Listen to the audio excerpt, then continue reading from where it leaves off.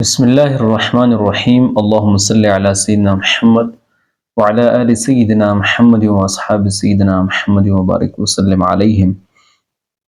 ناظرین، تھمبنیل کے ذریعے آپ نے دیکھ لیا ہوگا کہ آج ہم کس تعلق سے بات کرنے جا رہے ہیں۔ اس تعلق سے کہ اخلاق کیا چیز ہے، آپ نے حدیث کا مطالعہ بھی کیا ہوگا اور علماء سے سنا بھی ہوگا۔ اخلاق ایک اللہ سبحانہ و تعالیٰ کی جانب سے انسان کو دیا ہوا یعنی انمول تحفہ ہے کہ جس کے اخلاق اچھے ہیں وہ دنیا اور آخرت میں سرخرو ہوگا۔ اور پھر کئی احادیث کے اندر اخلاق پر زور دیا گیا کہ انسان کو اخلاق مند ہونا چاہیے۔ نبی علیہ السلام نے فرمایا کہ کل قیامت میں جو سب سے زیادہ اخلاق والا ہوگا وہ مجھ سے قریب ہوگا۔ اور پھر اور دیگر احادیث کے اندر بھی اخلاق کے تعلق سے فرمایا گیا۔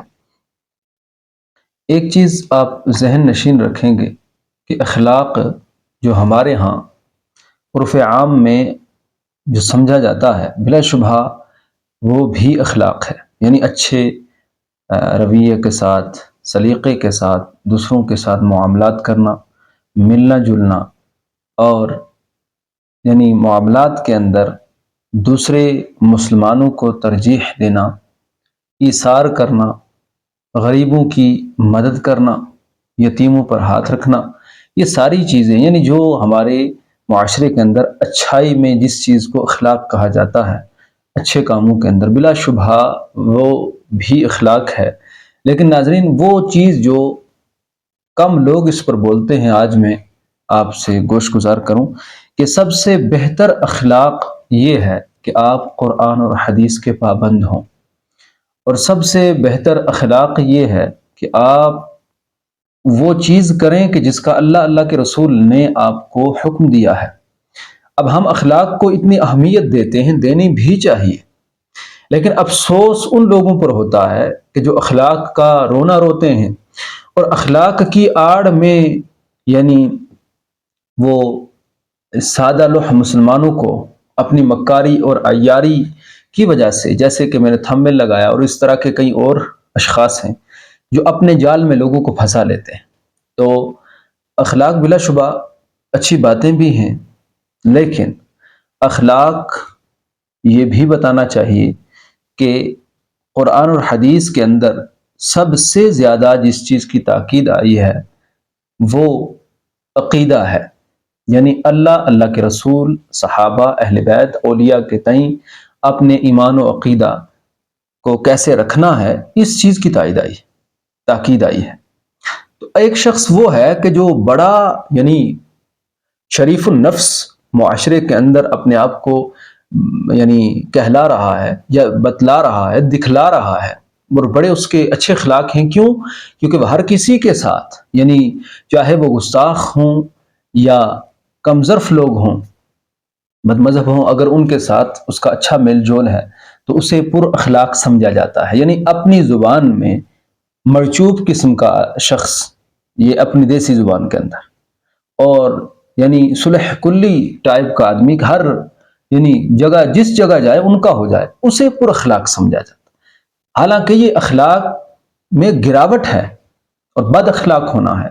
اخلاق تو یہ ہے کہ جو نبی علیہ السلام نے فرمایا، جو قرآن و حدیث کے اندر جو چیزیں آئی ہیں، یعنی جن سے اللہ کے رسول نے رشتہ رکھنے کا فرمایا ہے، ان سے جو رشتہ رکھتا ہے پر اخلاق ہے، اور جن سے منع فرمایا ہے ان سے رک جاتا ہے۔ سب سے اخلاق مند اور پر اخلاق شخص وہ ہے۔ ایک وہ شخص ہے کہ جو سب سے میل جول رکھتا ہے، یعنی ان سے بھی جو کفار ہیں، جو بد مذہب ہیں، جو اللہ کے رسول، صحابہ، اہل بیت اور اولیاء کی گستاخیاں کریں، ان کے ساتھ بھی اچھا رویہ رکھنا، یہ پر اخلاق ہونا نہیں ہے بلکہ یہ بد اخلاق ہونا ہے۔ اور سب سے بڑا شخص یعنی بد اخلاق وہ ہے کہ جو اللہ کی گستاخیاں کرنے والے صحابہ اور اہل بیت، صحابہ اولیاء کرام کی گستاخیاں کرنے والوں سے رشتہ جوڑے۔